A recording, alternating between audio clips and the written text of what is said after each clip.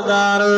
नियत आए जे नियत भली द अमल भी भलो जे नियत में खराबी है द अमल भी खराब आए मुसलमानों कलमे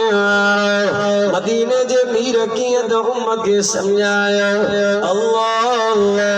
ये कुरान भी असा दिलावाइज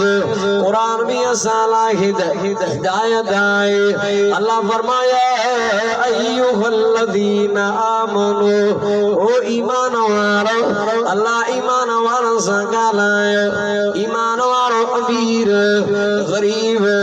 बूढ़ो जवान मर्द औरत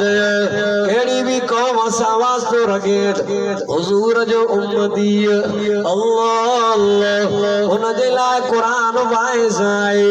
नसीहत आए अल्लाह फरमाया अय्युहल्लज़ीना आमनू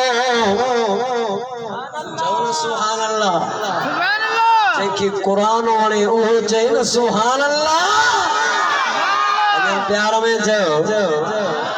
कुरान जा आशिक ॻाल्हायो कुरान जा परवाना ॻाल्हाए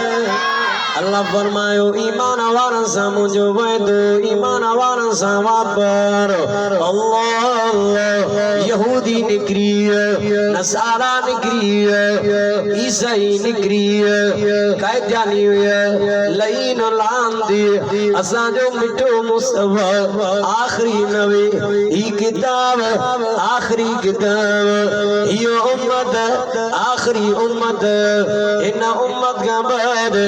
ये उम्मत नहीं दे महबूबा मुस्तफा का बाद यो नबी नहीं दो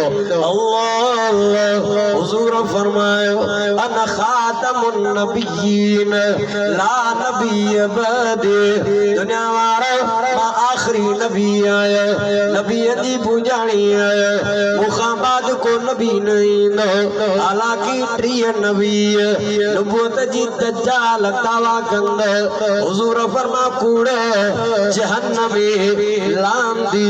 ला नबी बादी मुखाबाद को नबी नहीं दो मां क़यामत ये करीब वे जायो